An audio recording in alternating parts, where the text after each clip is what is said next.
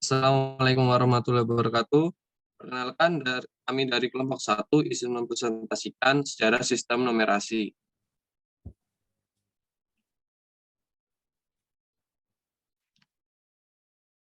Kelompok 1 yang beranggotakan Aziz Salamuddin, yang kedua Noval Hanan Rahmatullah, yang ketiga Mbak Laili Mafidatul. Yang pertama yaitu latar belakang sistem numerasi. Pada zaman purbakala, pengetahuan matematika diperlukan dalam ilmu teknik oleh bangsa-bangsa yang bermukim di sepanjang sungai untuk keperluan mengendalikan banjir, mengeringkan rawa-rawa, membuat irigasi, perhitungan hasil pertanian dan peternakan. Bangsa Mesir hidup di sepanjang sungai Nil, bangsa Babilonia hidup di sepanjang sungai Efrat Tigris, bangsa Hindu di sepanjang sungai Indus dan Gangga, bangsa Cina di sepanjang sungai Huangyo dan Yangtze. Mereka memerlukan matematika untuk perhitungan sederhana. Untuk keperluan tersebut diperlukan bilangan-bilangan.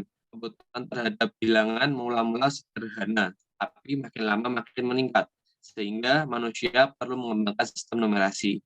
Sistem numerasi pun berkembang selama berabad-abad dari masa ke masa hingga saat ini. Sistem numerasi adalah sekumpulan lambang dan aturan pokok untuk menuliskan bilangan lambang yang menyatakan suatu bilangan disebut numeral. Karena banyaknya suku bangsa di dunia sejak zaman purba, maka berkembang pula sistem numerasi yang berbeda, sehingga saat ini dapat diketahui bahwa suatu bilangan dapat dinyatakan dengan bermacam-macam lambang. Tetapi suatu lambang tentu hanya menunjuk pada satu bilangan. Beda antara bilangan dan lambang bilangan atau numeral, serupa dengan beda antara seorang dengan namanya, beda antara benda dengan nama yang diberikan kepada benda itu, atau beda antara binatang dengan nama binatang yang ditunjuk. Selanjutnya, untuk pengertian sistem numerasi akan dibacakan oleh Mas Naufal. Kepada Mas Naufal dipersilahkan. Baik, selanjutnya materinya pengertian sistem numerasi. Pengertian numerasi dari para tokoh dan lembaga. Yang pertama dari Crowther Report. Numerasi mengandung dua hal pokok, yaitu kemampuan untuk menggunakan keterampilan matematika di dalam kehidupan sehari-hari dan kemampuan mengapresiasi dan memahami informasi yang disajikan dalam istilah matematika seperti tabel, grafik, atau yang lainnya. Yang kedua dari program for International Student Assessment atau PISA. Literasi matematika atau numerasi merupakan kemampuan seseorang untuk bernalar secara matematis dan memformulasikan, menggunakan, dan menginterpretasikan matematika guna menyelesaikan permasalahan di berbagai konteks dunia nyata. Hal tersebut meliputi konsep, prosedur, fakta, maupun alat matematika yang digunakan untuk menjelaskan suatu fenomena di tengah masyarakat. Kemampuan numerasi dapat membantu seseorang untuk memahami peran matematika dalam kehidupan sehari-hari, bahkan dalam pengambilan keputusan. Yang ketiga dari Australian Curriculum Assessment and Reporting Authority atau ACARA. Senada dengan PISA, konsep numerasi menurut ACARA adalah kemampuan, keterampilan, dan disposisi yang dibutuhkan murid untuk menggunakan matematika pada situasi yang lebih luas. Dalam kurikulum Australia sendiri, numerasi merupakan salah satu kemampuan umum yang harus dimiliki oleh murid. Murid dikatakan memiliki kemampuan numerasi yang baik apabila mereka dengan percaya diri mampu mengembangkan pengetahuan dan keterampilan menggunakan matematika di bidang lainnya dan dalam lingkup kehidupan yang lebih luas. Yang keempat dari Greger, Good, dan Forgas.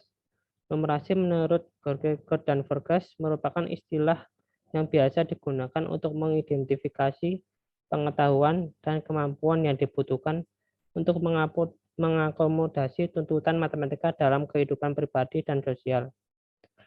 Selain itu juga untuk berpartisipasi dalam kehidupan masyarakat sebagai warga negara yang terinformasi, reflektif, dan berkontribusi. Yang kelima dari ASCII. Definisi lainnya datang dari ASCII. Menurutnya, numerasi adalah kemampuan untuk memproses, mengkomunikasikan, dan menginterpretasikan informasi numerik dalam berbagai konteks. Dan yang terakhir dari Pusat Asesmen dan Pembelajaran atau Pusmanjer. Numerasi didefinisikan sebagai suatu kemampuan seseorang untuk menggunakan konsep maupun prosedur matematika dalam menyelesaikan permasalahan sehari-hari pada berbagai konteks yang relevan sebagai individu dan warga Indonesia dan dunia. Materi selanjutnya mengenai perkembangan sistem numerasi. Konsep bilangan dan pengembangannya menjadi sistem angka atau sistem angka muncul jauh sebelum adanya pencatatan sejarah, sehingga evolusi dari sistem itu hanyalah merupakan dugaan semata. Petunjuk mengenai awal manusia mengenal hitungan ditemukan oleh arkeolog Karl Absalom pada tahun 1930 dalam sebuah potongan tulang serigala yang diperkirakan berumur 30.000 tahun. Pada potongan tulang itu ditemukan goresan-goresan kecil yang tersusun dalam kelompok-kelompok yang terdiri atas 5 seperti gambar berikut.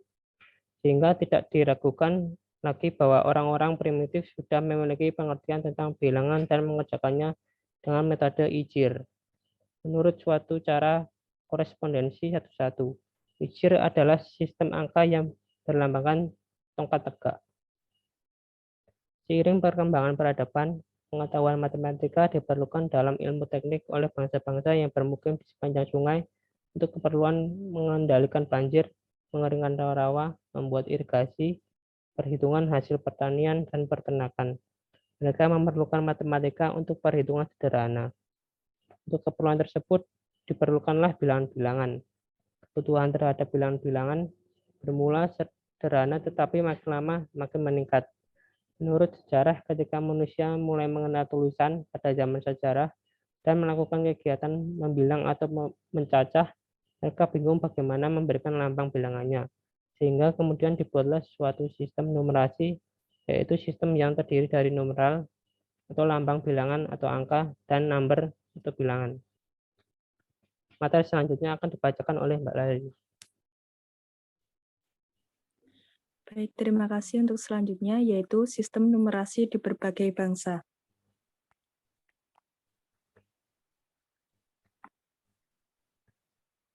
Yang pertama yaitu sistem Mesir kuno kurang lebih 3000 sebelum Masehi.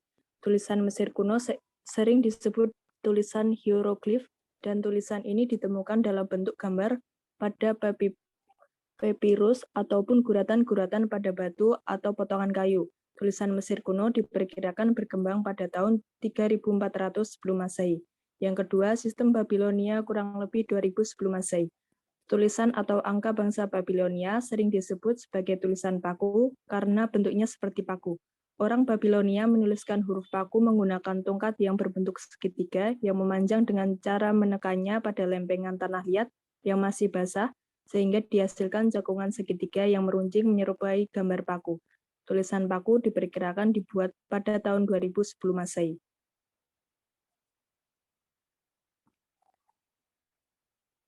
Yang ketiga, sistem Yunani kuno kurang lebih 600 sebelum Masehi.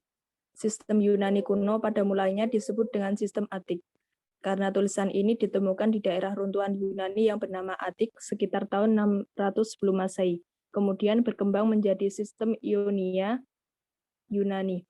Yang keempat, sistem Maya 300 sebelum Masehi. Tulisan atau angka yang dikembangkan bangsa Maya bentuknya sangat aneh, berupa bulatan lingkaran kecil dan garis-garis. Hal ini tentunya sangat dipengaruhi oleh alat tulis yang dipakai, yaitu tongkat yang penampangnya silindris. Sehingga dengan cara menusukkan tongkat ke tanah liat akan berbekas lingkaran atau dengan meletakkan tongkat mereka sehingga berbekas garis. Yang kelima, sistem Jepang-Cina kurang lebih 200 sebelum Masehi. Bangsa Cina menuliskan angka-angkanya menggunakan alat tulis yang dinamakan pit, di mana bentuknya menyerupai kuas. Tulisannya berbentuk gambar atau piktografi yang mempunyai nilai seni tinggi. Sistem angka Cina-Jepang disebut dengan sistem batang, mempunyai nilai tempat berkembang sekitar 213 sebelum Masehi. Yang keenam, sistem Romawi kurang lebih 100 sebelum Masehi. Bangsa Romawi menggunakan angka-angka untuk perhitungan-perhitungannya. Lambang bilangan Romawi ditulis menggunakan huruf besar yang sejalan dengan pemikiran orang-orang Yunani. Sistem numerasi Romawi menggunakan basis 10. Pada dasarnya, sistem Romawi ini merupakan sistem penjumlahan dan perkalian. Yang terakhir yaitu sistem Hindu-Arab, kurang lebih 300 sebelum Masehi sampai 750 sebelum Masehi. Bangsa Hindu pada tahun 300 sebelum Masehi diperkirakan sudah mempunyai angka-angka dengan menggunakan bilangan basis 10, tetapi mereka belum mengenal bilangan 0. Mereka mulai menggunakan sistem nilai tempat dan mengenali bilangan 0 diperkirakan terjadi pada tahun 500 Masehi. Materi selanjutnya adalah implikasi pada pembelajaran matematika. Numerasi berperan menentukan cara dan arah pembelajaran matematika di sekolah, sehingga pembelajaran lebih bermakna bagi peserta didik secara konstekstual. Berdasarkan model numerasi abad ke-21, dimensi numerasi mencakup memberikan perhatian pada konteks kehidupan nyata, 2. Penerapan pengetahuan matematika dalam menyelesaikan permasalahan dalam kehidupan sehari-hari, 3. Penggunaan alat fisik, representasi, dan digital untuk membantu dalam penyelesaian masalah, 4. Meningkatan sikap positif terhadap penggunaan matematika untuk memecahkan masalah yang ditemui dalam kehidupan sehari-hari, 5. Memiliki orientasi kritis untuk menginterpretasi hasil matematika dan membuat keputusan berdasarkan bukti. Tuntutan numerasi dalam mata pelajaran matematika melibatkan pengetahuan dan kapasitas untuk memanfaatkan keterkaitan ide-ide matematika, baik dalam satu topik maupun antar topik, agar peserta didik menjadi numerat. Penekanan harus diberikan kepada penalaran matematika sebagai aspek inti numerasi melalui proses pemecahan masalah sebagai berikut. Yang pertama, merumuskan atau formulir. Pada tahap ini, peserta didik berusaha mengenali aspek dari masalah konstekstual yang dapat diabstraksi dan disajikan ke dalam bentuk matematika untuk diselesaikan. Mereka bernalar dan memahami batasan dan asumsi dalam masalah. Yang kedua, mengerjakan atau employ. Setelah merumuskan masalah dalam bentuk matematis, peserta didik mengaplikasikan konsep, fakta, prosedur, dan penalaran matematika untuk menyelesaikan masalah untuk memperoleh hasil dan menemukan solusi matematika. Yang ketiga, menafsirkan dan mengevaluasi. Pada tahap ini, peserta didik diberi kesempatan untuk melakukan refleksi solusi matematika. Hasil atau kesimpulan dan menafsirkannya kembali ke konteks masalah kehidupan nyata yang memulai proses pemecahan masalah. Ini melibatkan penerjemahan solusi matematika atau penalaran kembali ke dalam konteks masalah dan menentukan apakah hasilnya masuk akal dalam konteks masalah.